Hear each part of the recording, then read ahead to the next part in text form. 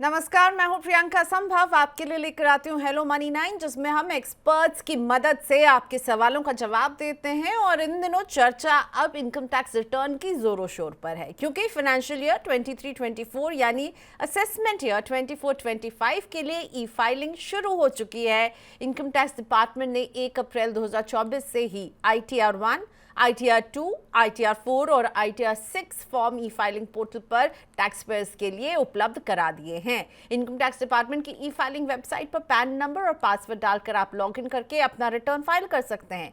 तो income tax ने इस बार इतनी जल्दी फॉर्म क्यों जारी किए हैं, और अपने लिए जब आप पोर्टल पर पहुंचेंगे तो कैसे फॉर्म के डिसीजन में किन बातों का ध्यान रखें कि आपको कौन से फॉर्म को इस्तेमाल करना है, साथ ही में आपको कौन सी डिटेल्स अब वहां पर भरनी है, क्योंकि बहुत सारा डेटा जो है वो प्री फिल्ड होकर के भी आने वाला है, और इसको भरते वक्त किन गलतियों से बचना है। आज हम इसी पर बात करने वाले हैं। मेरे साथ जुड़ चुकी हैं टैक्स एक्सपर्ट गौरी चड्ढा।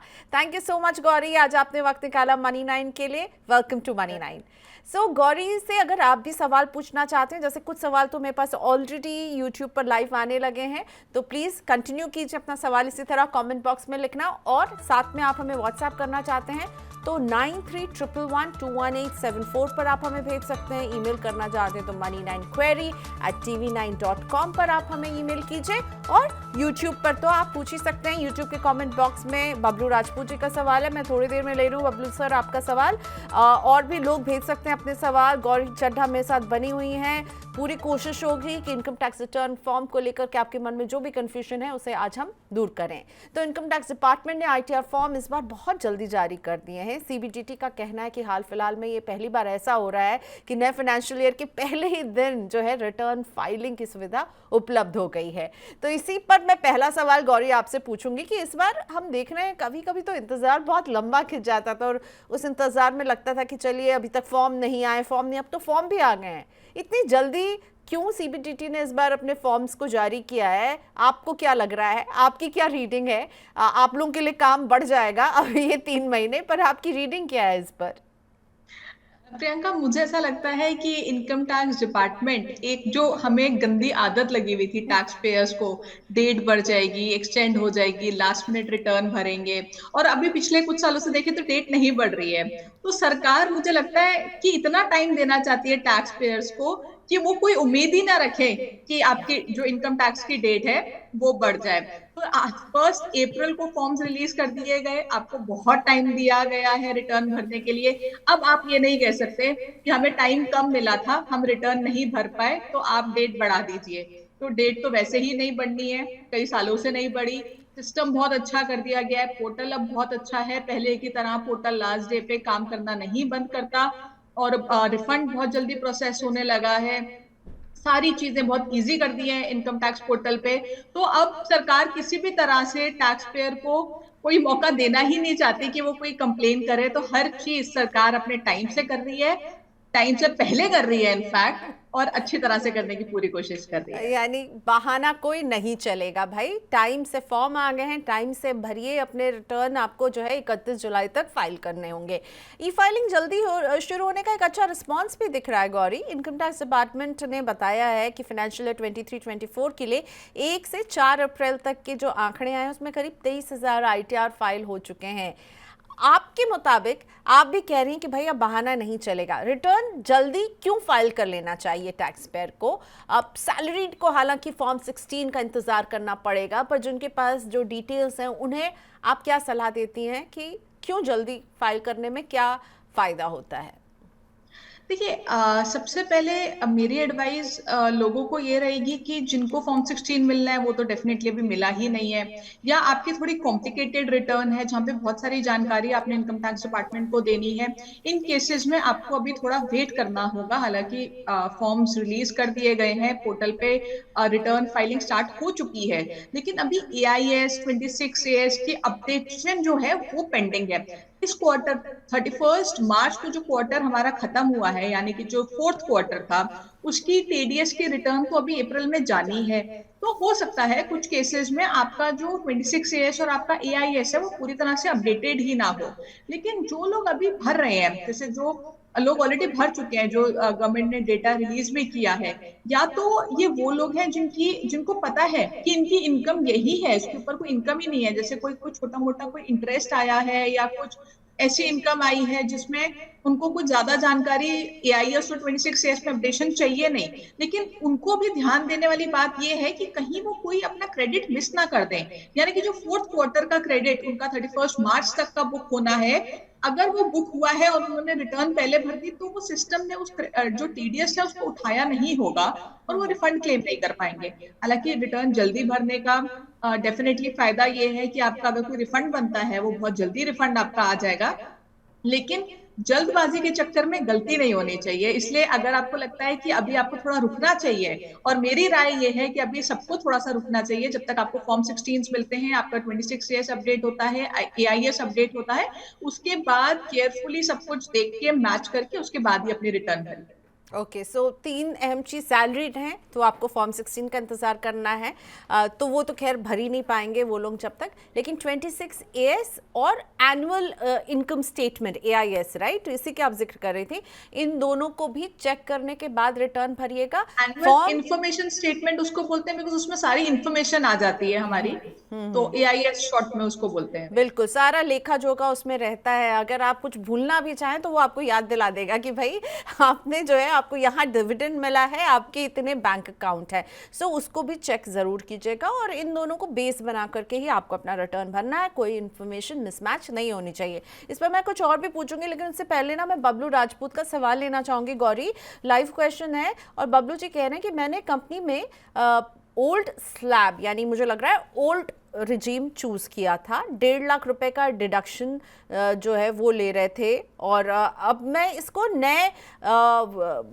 नई रिजीम में ये शिफ्ट करना चाहते हैं 23-24 के लिए ही, फाइनेंशियल ईयर के लिए।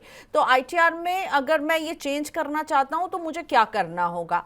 सो ओल्ड से न्यू में शिफ्ट होना है फाइनेंशियल ईयर 23-24 के लिए ही, यानी कि ये जो करंट अभी जो ये जुलाई में रिटर्न भरेंगे, तो पहले ओल्ड रिजीम चूज़ किया, अब न्यू में शिफ्ट करना चाहते हैं, हो जाएगा ना इनका ये काम, ये स्विच में मुश्किल तो नहीं होगा? इनफैक्ट अब ओल्ड से न्यू में शिफ्ट करना तो और आसान हो गया है, क्योंकि गवर्नमेंट ने आपका जो न्यू रिजीम है उसको डिफॉल्ट रिजीम कर दिया है।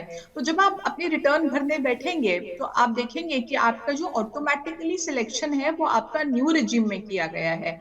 तो सवाल उन लोगों का बनता है कि न्यू से ओल्ड में जाना है तो क्या करें। अगर आप न्यू में ही जाना चाहते हैं तो वो बाय डिफॉल्ट आपका जो इनकम टैक्स का फॉर्म है वो आपकी न्यू रिजीम ही पिक करेगा। तो आप जब अपना फॉर्म भरने बैठेंगे आप उसको केयरफुली देखिए आपकी कौन सी रिजीम सिलेक्ट हुई हुई है, मोस्ट ऑब्वियसली वो न्यू रिजीम ही होगी। अगर आपकी ओल्ड रिजीम सिलेक्टेड है तो कहीं ना कहीं आपने उस चेक बॉक्स को चेक किया है कि आपको ओल्ड में जाना है। अगर आपने वो नहीं किया तो आपकी ओल्ड रिजीम ही जाएगी।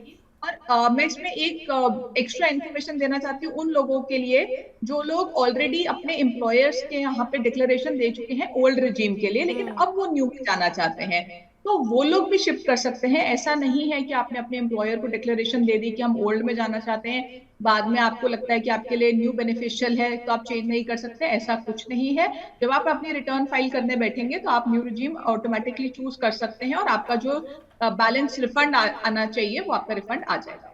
ओके, सो अगर आप जब रिटर्न भरने जाएंगे, अगर आपने चेक किया है बाय डिफ़ॉल्ट, आपने जो है अगर आपने बाय डिफ़ॉल्ट तो माफ़ कीजिएगा न्यू रहेगा, अगर आपने ओल्ड चूज़ कर लिया है और आप उसे न्यू में तब्दील शिफ्ट करना चाहते हैं तो रिटर्न भरते वक्त आप ये काम कर पाएंगे। और एक सैलरीड व्यक्ति कितनी बार भी चाहे, हो सकता है अगले साल अगर बबलू जी या कोई और चाहे कि मैं अब स्विच बैक कर लूँ ओल्ड में, तो वो भी कर पाएंगे, राइट? सैलरीड के लिए इसमें कोई मनाही नहीं है।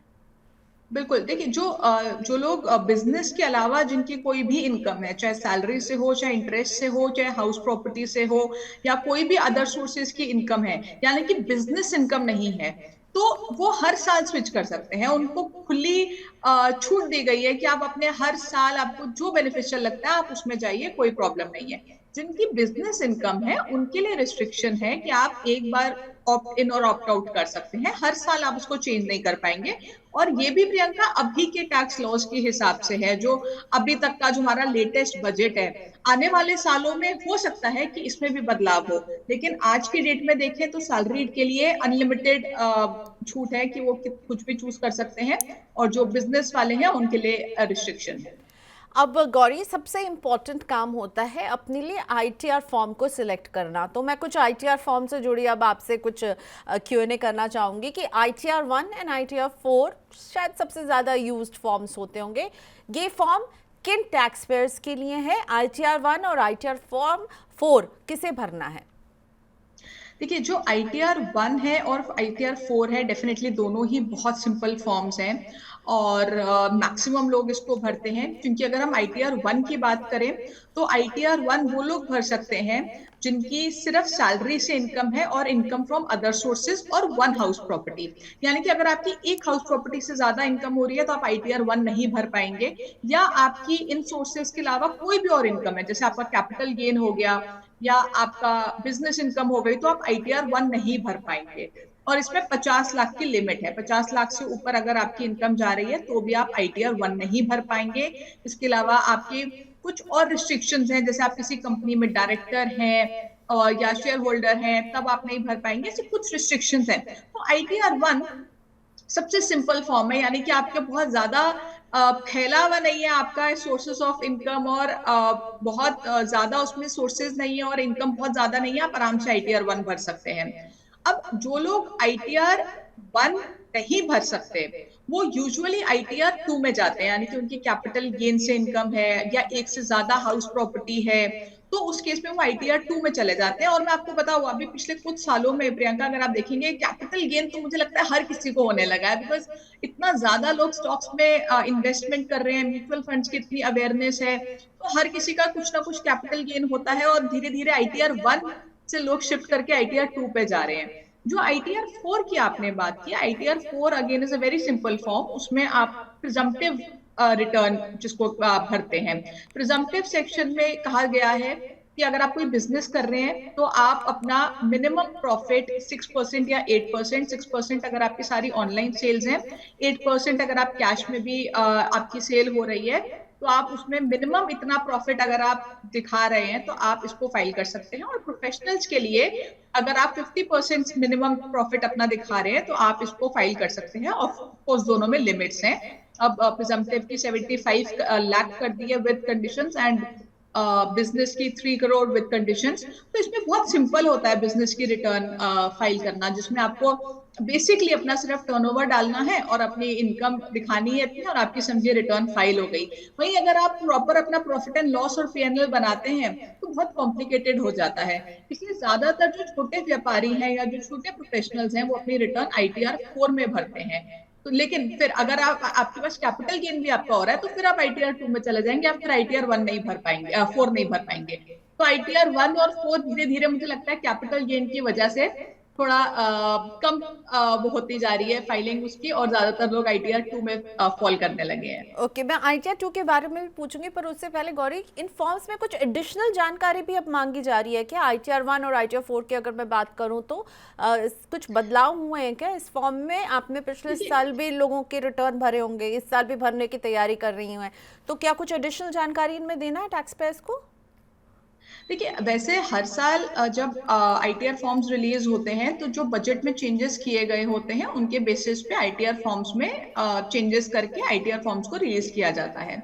इस साल आप देखेंगे तो बजट में कोई बहुत मेजर चेंजेस हुए नहीं हैं, तो उसका इम्पैक्ट आपको कहीं देखने को एज सच नहीं मिलेगा। छोटे छोटे कुछ चेंजेस किए गए हैं, जैसे डिफॉल्ट रिजीम है, अब आपकी न्यू रिजीम उसको आप देखेंगे उसमें हल्का सा चेंज है कि आपका बाय डिफॉल्ट आपकी ITR जो है वो न्यू रिजीम में जा रही है। ऑनलाइन गेमिंग की जो इनकम है उसके लिए अलग हेड दे दिया गया है उसकी रिपोर्टिंग के लिए, जो पहले इनकम टैक्स रिटर्न में नहीं होता था।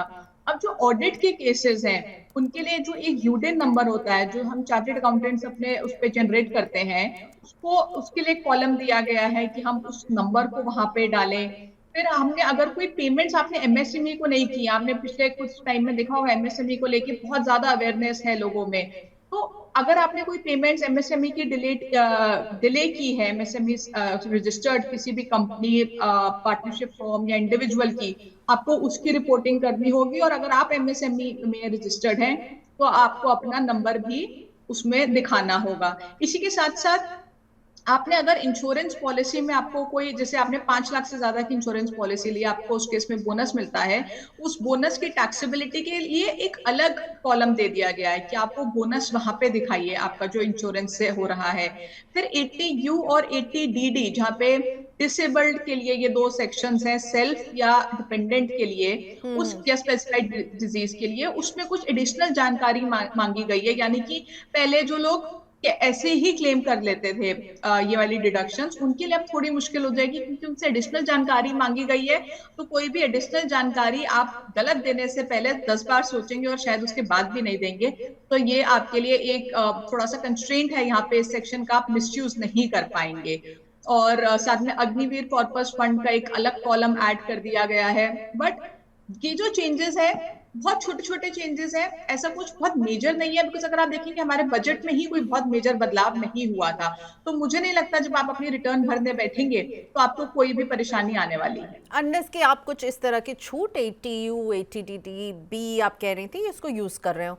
एक क्वेश्चन मैं लेना चाहती हूँ, उसके बाद मैं बात करने वाली हूँ ITR 2, जो कि गौरी ने कहा बहुत इंपॉर्टेंट होता जा रहा है, बहुत सारे लोग भर रहे हैं, और साथ में चौथा फॉर्म ITR 6 भी डिस्कस करेंगे। पर उससे पहले एक क्वेश्चन लेते हैं। कुमार ST का है ये सवाल, और ये बोल रहे हैं कि मैं सैलरीड हूँ और मेरी कुछ इनकम एग्रीकल्चर से आती है, तो सैलरी और एग्रीकल्चरल इनकम दोनों क्लब होते हैं, तो क्या मुझे दोनों पर इनकम टैक्स देना होगा? कौन सा फॉर्म होगा, साथ में ये भी बता दीजिए। मतलब नौकरी भी कर रहे हैं, सैलरी भी आ रही है और कुछ एग्रीकल्चर इनकम भी हो रही है इनको, तो इनके लिए कौन सा फॉर्म सही होगा और इन दोनों पर कैसे इनकम टैक्स देना होगा गौरी इन्हें? देखिए, जो आपकी एग्रीकल्चरल इनकम होती है वो आपकी एग्जेम्प्ट होती है, लेकिन आपको पहले ये देखना है कि वो जेन्युइनली इनकम टैक्स एक्ट के हिसाब से वो जो एग्रीकल्चरल इनकम है वो एग्रीकल्चरल इनकम के हेड में फॉल कर रही है कि नहीं। क्योंकि इनकम टैक्स एक्ट में एग्रीकल्चरल इनकम को लेके एक डेफिनेशन दी गई है, उस डेफिनेशन में आप फॉल कर रहे हैं तो आपकी जो इनकम हो रही है एग्रीकल्चर से वो फुल्ली एग्जेम्प्ट है। अब जब आप अपनी रिटर्न भरेंगे तो आपको सैलरी से इनकम हो रही है और आपको एग्रीकल्चरल इनकम हो रही है। सैलरी में आपकी जो इनकम है वो आपकी टैक्सेबल है, जो आपकी एग्रीकल्चरल इनकम है वो आपकी एग्जेम्प्ट है, तो आपको उस पर कोई टैक्स नहीं देना। लेकिन अगर किसी की बिजनेस इनकम है, यानी कि जैसे आपकी सैलरी की इनकम की जगह आपकी बिजनेस इनकम है, या फॉर एग्जांपल आप FNO या ऐसी कोई ट्रांजैक्शन इंट्राडे या FNO भी करते हैं, वो भी बिजनेस इनकम में आ जाती है, उस केस में भी आपके केस में पार्शियल इंटीग्रेशन होगी। यानी कि कुछ एक फॉर्मूला इनकम टैक्स एक्ट में दिया गया है जिसके अकॉर्डिंग आपका एग्रीकल्चरल इनकम और बिजनेस इनकम के बीच में एक कैलकुलेशन की जाती है, और आपकी एग्रीकल्चरल इनकम भी कुछ हद तक टैक्सेबल हो जाती है। लेकिन अगर आपकी सिर्फ agricultural income, income from other sources है और आपका सैलरी इनकम है, तो आपको एग्रीकल्चरल इनकम पे टैक्स देने की कोई जरूरत नहीं है। लेकिन बस ये ध्यान रखिएगा कि बिजनेस इनकम आपके साथ में ना हो। बिजनेस इनकम होगी तो पार्शियल इंटीग्रेशन होगी। और एग्रीकल्चरल इनकम को आप अपने फॉर्म में ITR 1 में ही, अगर आपकी सैलरी 50 लाख से कम है तो आप उसमें एग्जेम्प्ट इनकम में दिखा दीजिए। ओके, सो ये एग्जेम्प्ट इनकम जो है ये माना जाएगा, पर डिपेंड करेगा कि आपकी टोटल कमाई कितनी है, और कुछ और अगर आपके इनकम के सोर्सेज ना हो, और इसका ख्याल रखना होगा आपको। अभी तो लग रहा है जो जानकारी आपने दी, अगर यही दो इनकम के स्रोत हैं और आपकी 50 लाख से कम इनकम है, तो ITR 1 आपके लिए। Now the most important form, क्योंकि गौरी कह रही हैं ओवर द इयर्स ये देख रही हैं एज ए CA कि क्या हो रहा है कि लोग अब ITR 2 ज़्यादा भरने लगे हैं, कि कोई कहीं ना कोई इन्वेस्ट करा, which is very good. I think Gauri, मुझे लगता है कि Money9 भी यही काम कर रहा है कि भाई लोग इन्वेस्ट करें, और लोग कर रहे हैं और ITR 2 में जा रहे हैं, तो विच इज़ आई थिंक हम बहुत खुश हैं इस बात से। तो ITR 2 और जो चौथा फॉर्म है ITR 6, उसे भी थोड़ा सा टच करके बता दीजिए, ये दोनों फॉर्म किन के लिए सही हैं और कितने इंपॉर्टेंट हैं। ITR 6 के बारे में तो मुझे कुछ नहीं पता, ITR 2 के बारे में अभी गौरी से ही सुना है। और गौरी, मैं ITR 2 में हम लोग ज़्यादा तो लोग भरते हैं, तो थोड़ा सा ITR 2 के बारे में बता दीजिए, कुछ बातें जिनका ख्याल रखना है जो लोग ITR 2 भरेंगे, और ITR 6 के बारे में। तो देखिए, जो ITR 2 है, अगर हम देखें जो ITR 1 और 4 नहीं भर पा रहे, वो बेसिकली ITR 2 में आ जाएंगे। यानी कि आप किसी कंपनी में डायरेक्टर हैं, शेयर होल्डर हैं, आपकी कोई फॉरेन इनकम है, आपके कोई एसेट्स इंडिया से बाहर हैं, या आपकी इनकम 50 लाख से ज्यादा है, और आपका या कोई कैपिटल गेन है, या आपकी एक से ज्यादा हाउस प्रॉपर्टी से इनकम है, इन सब केसेस में आप ITR 2 भरेंगे। अब देखिए, एक से ज्यादा घर भी बहुत लोगों के हो सकते हैं, आप बहुत बहुत लोग किसी कंपनी में डायरेक्टर भी हो सकते हैं, मैं मानती हूँ, लेकिन शेयर ट्रेडिंग आजकल बहुत ज्यादा लोग कर रहे हैं, तो ज्यादातर लोग आपका जो है ITR 2 में फॉल कर जाते हैं, और उनके लिए ITR 2 जाती है, और ITR 2 थोड़ी सी in comparison to ITR 1 complicated है। तो अब ज्यादातर लोग ITR 2 भर रहे हैं। अब अगर हम ITR 6 की बात करें, तो ITR 6 होती है कंपनीज के लिए, जो आपकी प्राइवेट लिमिटेड कंपनीज हैं उनके लिए, और उनका proper profit and loss account बनता है, बैलेंस शीट बनती है, और वो सारी प्रॉपर वे में फाइलिंग होती है। और मैं अगर आपको बताऊं तो आई थिंक ITR 6 सबसे ज्यादा कॉम्प्लिकेटेड रिटर्न है, क्योंकि वो एक प्राइवेट लिमिटेड कंपनी की रिटर्न आती है। आप उनको बाकी रिटर्न से कंपेयर करेंगे तो कॉम्प्लिकेशन का लेवल बहुत ज्यादा है। और इसी के बीच में एक ITR 5 भी होती है। जो ITR 5 है वो पार्टनरशिप फर्म्स और LLPs के लिए होती है। ओके। तो ITR 5 भी आप कह लीजिए कि थोड़ी सी कॉम्प्लिकेटेड है, जहां पे आपको PNL बनाना है, बैलेंस शीट बनानी है, और सारी जानकारी अपनी फर्म से रिलेटेड या अपनी LLP से रिलेटेड आपको ITR 5 में देनी है। तो ITR 5 और 6 डेफिनेटली काफी कॉम्प्लिकेटेड है, उससे थोड़ा कम कॉम्प्लिकेटेड आपका ITR 2, और 1 और 4 सबसे सिंपल। Okay, alright. अब मुझे ये बताइए कि जो प्री फिल डेटा हमें मिलेगा अब रिटर्न जब हम भरेंगे, तब ऑलरेडी कुछ डेटा जो है वो फिल होकर के मुझे रिटर्न फॉर्म में दिखने वाला है। इस डेटा को मुझे कैसे चेक करना है, इसे किससे मैच करना होगा, फॉर्म 26AS से या फिर AIS से? देखिए, आपको जो डेटा आपका प्रीफिल्ड आ रहा है, एक तो उसमें ब्लाइंडली तो किसी को भी ट्रस्ट नहीं करना, आपको उसको हर चीज से चेक करना है। अब आप उसको AIS से चेक करेंगे और आपका मैच हो गया, वो तो होगा ही, क्योंकि आपका AIS से ही वो उठ के आ रहा है, लेकिन जरूरी नहीं है कि AIS आपका ठीक डेटा दे रही है। तो आपको अपने सोर्स, जो आपके पास जो डॉक्यूमेंट्स हैं, आपको उससे भी चेक करना है। यानी कि आप अपना बैंक अकाउंट देखिए, जितना इंटरेस्ट आपको AIS में दिखा रहा है, क्या उतना आपको बैंक अकाउंट में क्रेडिट हुआ है, या आपको जो फॉर्म 16 में आपको इनकम सैलरी की आ रही है, वो एक्चुअल में आपको जो AIS में आ रही है, वो आपकी फॉर्म 16 में और आपके बैंक में वो इनकम आ रही है। ये सारी चीजें आपको खुद से देखनी है। आपका TDS मिसमैच अगर आता है, यानी कि किसी ने अभी TDS जमा नहीं कराया, आपके हिसाब से आपके किसी किसी ने आपका TDS काटा था, कहीं से आपको रेंट आ रहा है, या आपके बैंक ने, या किसी ने भी आपका कोई बिजनेस इनकम में TDS काटा था, आपके हिसाब से वो TDS कट के जमा हो गया होगा, लेकिन आपके 26AS और AIS में नहीं आ रहा, तो आपको उनको बोलना होगा कि आप प्लीज इसको जमा कराइए, हमें क्रेडिट नहीं मिल पा रहा। तो बेसिकली आपको रिटर्न भरने से पहले सब कुछ खुद से मैच करना है। जब आप एक बार खुद से सब कुछ मैच कर लेंगे, और AIS में अगर आपको लगता है उसमें कोई डिफरेंस आ रहा है, तो AIS में आप एक फीडबैक देंगे कि ये आपके हिसाब से गलत है। तो आपको AIS के चक्कर में अपने रिटर्न को गलत नहीं करना है। AIS अगर गलत भी है, आपने सही रिटर्न भरनी है, AIS को ठीक करना है, AIS को बेस नहीं मानना है। ओके। आपको AIS एक कन्वीनियंस के लिए दिया गया है कि कहीं आप कोई इन्फॉर्मेशन लूज ना कर दें। कई बार ऐसा होता है आपको नहीं याद रहता, आपको कोई डिविडेंड मिला है या किसी बैंक से इंटरेस्ट मिला है, वहां पे AIS का डेफिनेटली बहुत ज्यादा यूज है। लेकिन जहां पे AIS गलत इन्फॉर्मेशन दे रही है, वहां पे आप उसको रेक्टिफाई करा के आप सही जानकारी इनकम टैक्स रिटर्न में भरेंगे। ओके, सो मतलब जो भी जानकारी है उनसे टैली करना है, और अगर उसमें कुछ मिसमैच है तो मुझे उसे करेक्ट करना है अपने रिटर्न फॉर्म में, राइट? बिल्कुल, आप अपने रिटर्न में तो डेफिनेटली जो एक्चुअल इंफॉर्मेशन है वो ही डालेंगे। देंगे। साथ ही में AIS में एक फीडबैक का ऑप्शन है, वहां पे आप फीडबैक दे दीजिए कि ये इन्फॉर्मेशन गलत है, आपके हिसाब से ये होनी थी, तो वो ऑटोमेटिकली अपडेट हो जाएगा।